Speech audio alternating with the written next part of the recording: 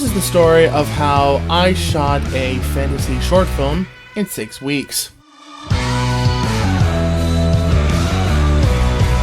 I will be the first one to admit that this was very ambitious. Normally you don't shoot a short film in 6 weeks, but I did. It wasn't that I had necessarily planned that it was going to take me 6 weeks. It just kind of happened.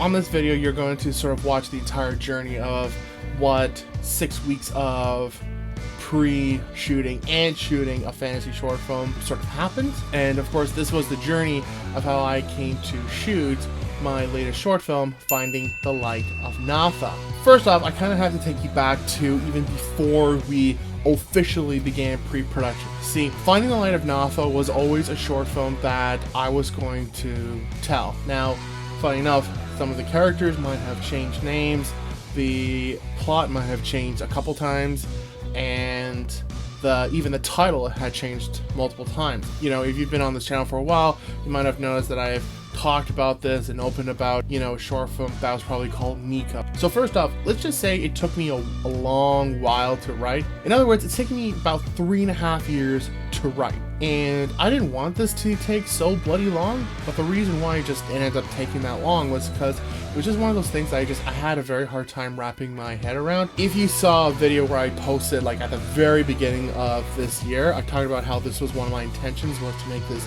Nika short film, and it was basically going to kick off this huge epic saga and sort of be like a prologue or a backstory to two very important characters, one being called Nika, and that's where her story came in. It did take me a very long time. I think I probably went through, 4 or 5 different concepts of what the story is about. I remember the very first concept was actually way later in Nika's life, where this whole event that happened beforehand was sort of like a backstory, and at that point there was no staff. It took me a very long time, and it was extremely hard to just wrap my head about what the story was actually becoming. The time that I actually felt very comfortable with where the short film was going, and that I was satisfied enough that we could continue to move forward and make this movie, was essentially early to mid-August. And so then, by mid-August, we began casting.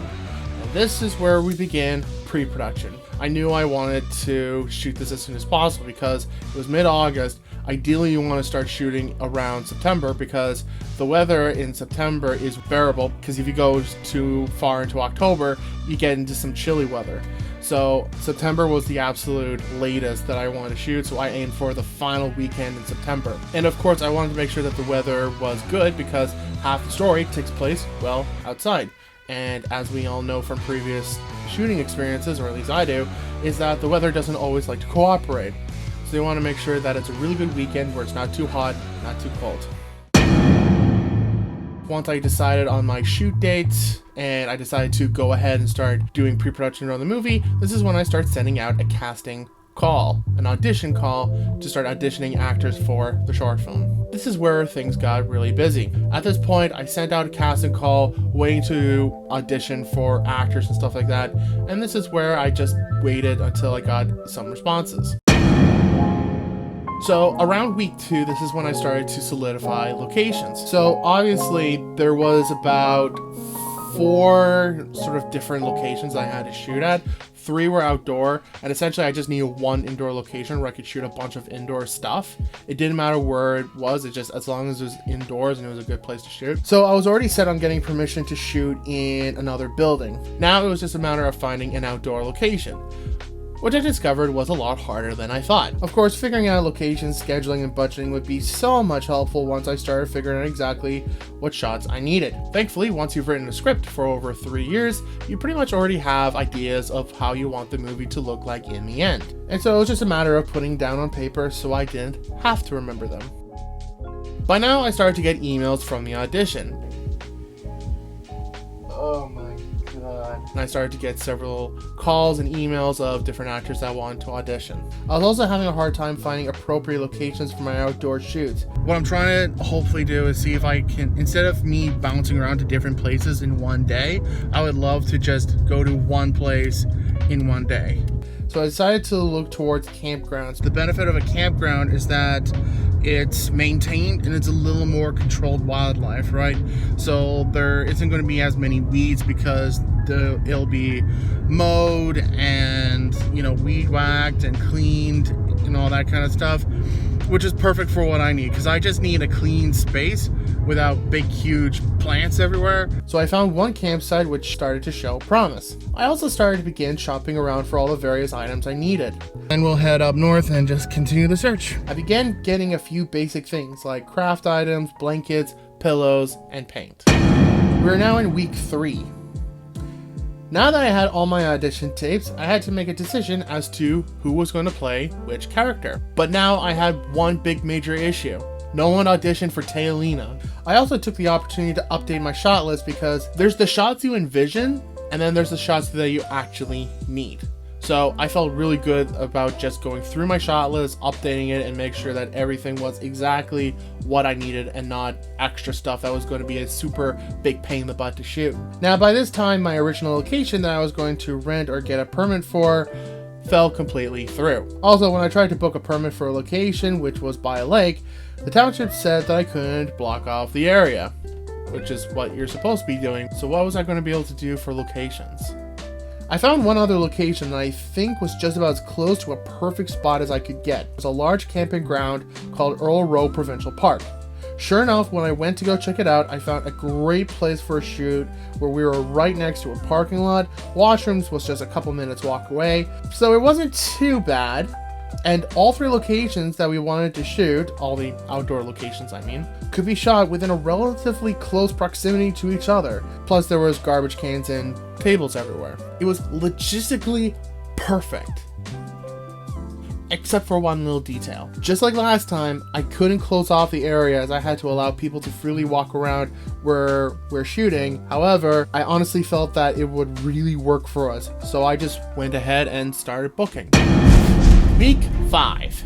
Now at this point, due to complications with casting, I didn't get everyone from the start. I immediately found someone for the mother, Natha, and the bullies, which were these 2 brothers who previously had commercial experience, which I felt would be a perfect fit as they could rehearse with each other. Finding Sirdon, the father, took a little bit longer as I wanted someone who just felt right. I did not have anyone audition for Taylina, the younger sister, until a couple weeks just before the shoot. And then I didn't end up getting our main character, Nika, on board till literally 2 weeks before the shoot. So some actors have had their script for far longer than others, and the main leads ended up being the last ones to get casted. But now we have a complete cast.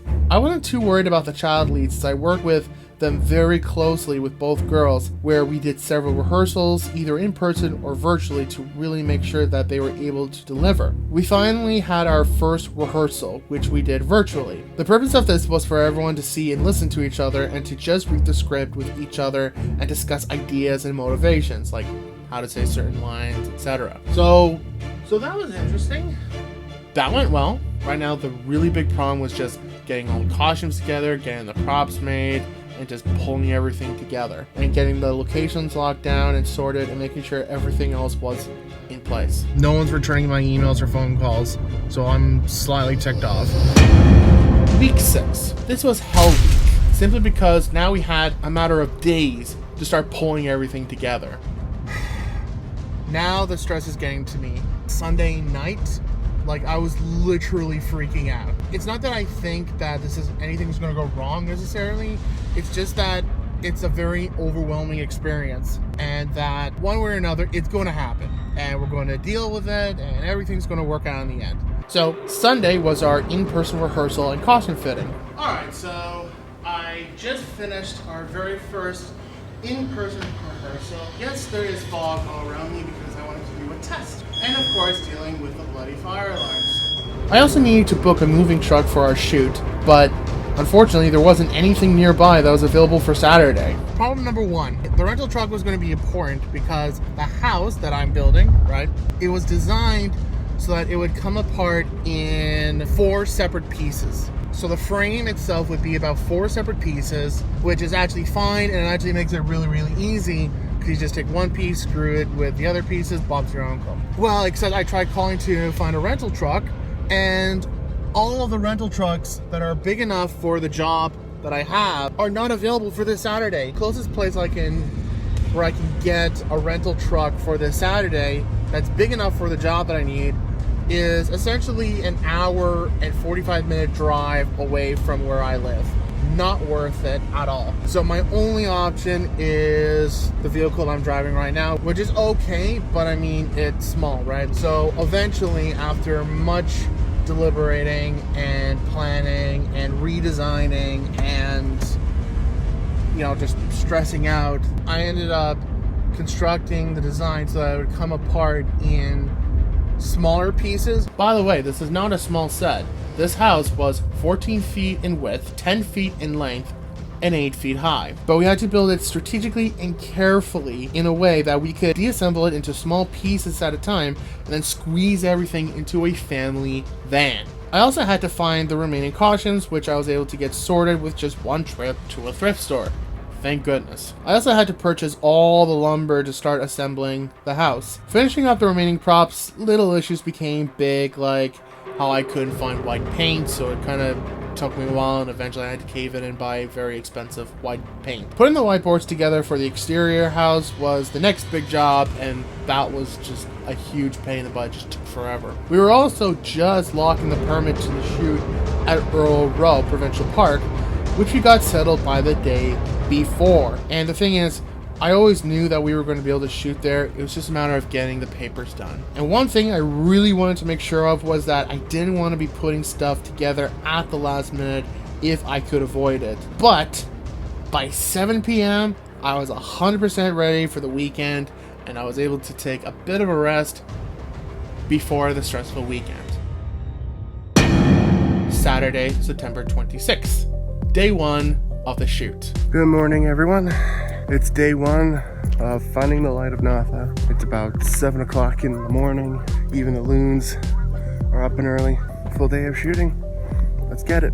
So we had a bit of a late start on Saturday because of getting everything organized and getting the house assembled. We were supposed to start shooting by 9 o'clock in the morning, but started shooting around 10 a.m. I knew we might have a slow start, but once we were rolling, we would make up for time. We were also very fortunate where I had my younger brothers who came from a background in theater and were willing to help me assemble the house in the morning. One of the actress's older brother was there, saw the set, and offered to help in any way we could.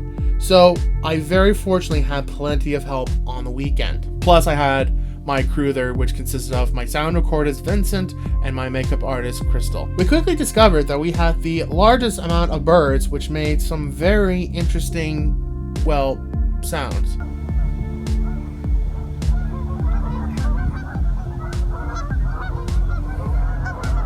Now, we were supposed to wrap up by 5 p.m. Instead, we wrapped up by 4. And we were just out of there by 5 p.m. And the next step was to take everything to our Sunday location to start setting up. So between my younger brothers, we were there all evening, getting everything ready for the next day, to the point where we were just beyond exhausted.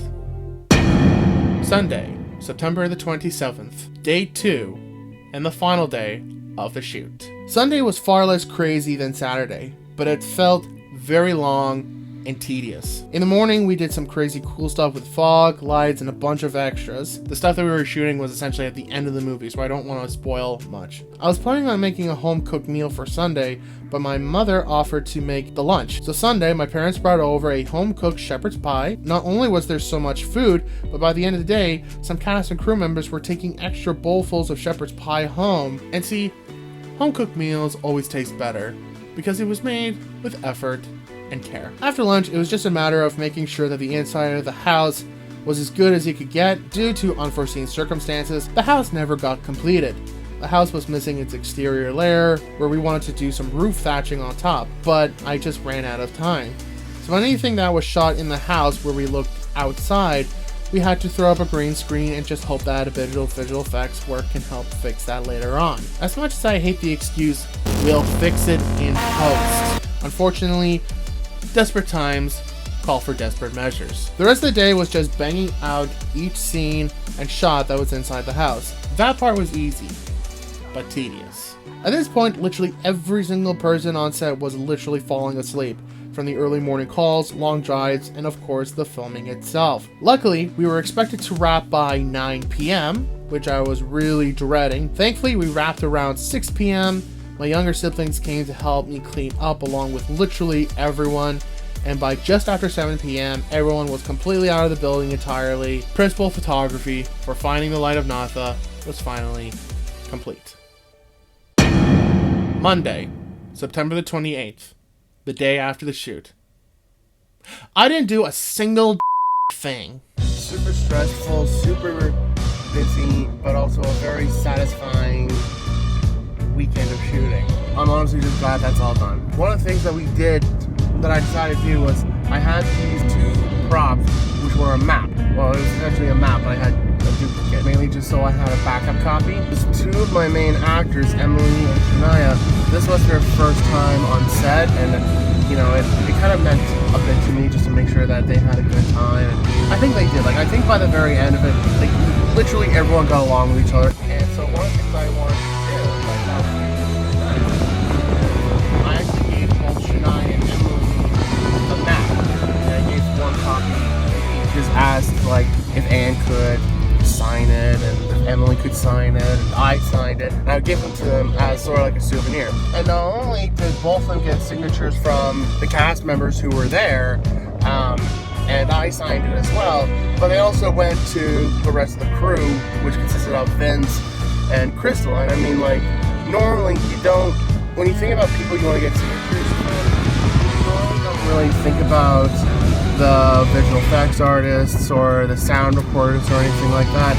But it was so cool that there was that sort of involvement, and that, you know, everyone got to be a part of it. And once I got rested up, next was just wrapping up the weekend, sending everyone's payments, making sure I had multiple backups of the footage and audio from the weekend, and I was able to sell a lot of the material from the shoot, including the remaining lumber, boards, and paint at a discount, which at least made the expense not so expensive. Now the only other thing to work on is just to put the thing together,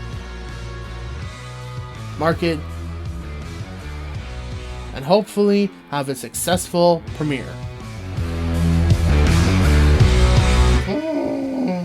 And there you have it. You heard my glorious nightmare of a story on how to shoot a fantasy short film in 6 weeks. The answer?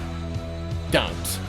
If you can, have as much time as you possibly could. Now that being said, this was a bit of an experiment. I knew I was going to go in with very, very little help. It was mainly me doing all the art, doing all the costumes, the props, the sets, the equipment, the putting the house together, building the sets, all that kind of stuff, booking locations. So I did a ton of work by myself. But I'm glad that I did that, because I was able to figure out exactly what areas I was good at and what I couldn't do. For instance, I can do camera work. That's not a problem for me. I'm familiar enough with my own shots. I do photography and videography all the time. So I shot my movie and I didn't have a problem with it. Now, maybe next time I probably won't handle the art, because that was very, very stressful. I'd rather give that to someone else. So I'll have someone else do costumes and props and put together a very big set. And I'll just kick back and just admire it from a distance. Maybe I won't be in my own movies unless I'm just a background extra, because I realized really quickly that shooting and being in your own movie can be very difficult. So don't do that either. Now, I have no fears over post-production, because I'm going to be doing the editing, the sound effects, and the music, which I have no fear of whatsoever, because editing and sound, I do that stuff all the time for corporate work. Coloring, I do that stuff for work anyways. Now, scoring, I haven't really scored much for corporate work, so this is taking it to a bit of a stretch. And I also want to really see if we can score it, but also have it recorded by actual professional musicians. So we'll see how that goes. And then, of course, visual effects. I can't do visual effects, so I'm actually reaching out to other people to help me with the visual effects. Which, it's fine, because I know a bunch of people who can do that stuff. At the moment that you're watching this, we're pretty much going into post-production. Unless you're watching this way in the future, then in that case, the movie's most likely done. And I just hope I can look back and say that the movie was successful and that everyone loved it. So, we'll see. I'm excited. I know that a lot of people that worked on it loved it. The two children that were the lead characters, they fell in love with the whole movie making experience. I know a lot of people love the movie making experience, which I'm happy about. And I mean, despite all the pre-production nightmares and, you know, mainly dealing with the house was the biggest challenge, after that, the sets were pretty cool. Like, they were not as chaotic as I thought. It wasn't as disorganized and dysfunctional as I initially anticipated. Everything went surprisingly smooth. So I'm very happy about that, and I'm very proud. So I just hope that you get the chance to enjoy the finished movie. If you got any help from this, advice, inspiration, or just a good waste of time, please smash the like button for the YouTube algorithm. Subscribe, because I got tons of videos coming down the pipeline. Comment below with something. I don't know, my brain is fried. Good luck with your own projects. Try not to shoot them in 6 weeks, and I will see you next time.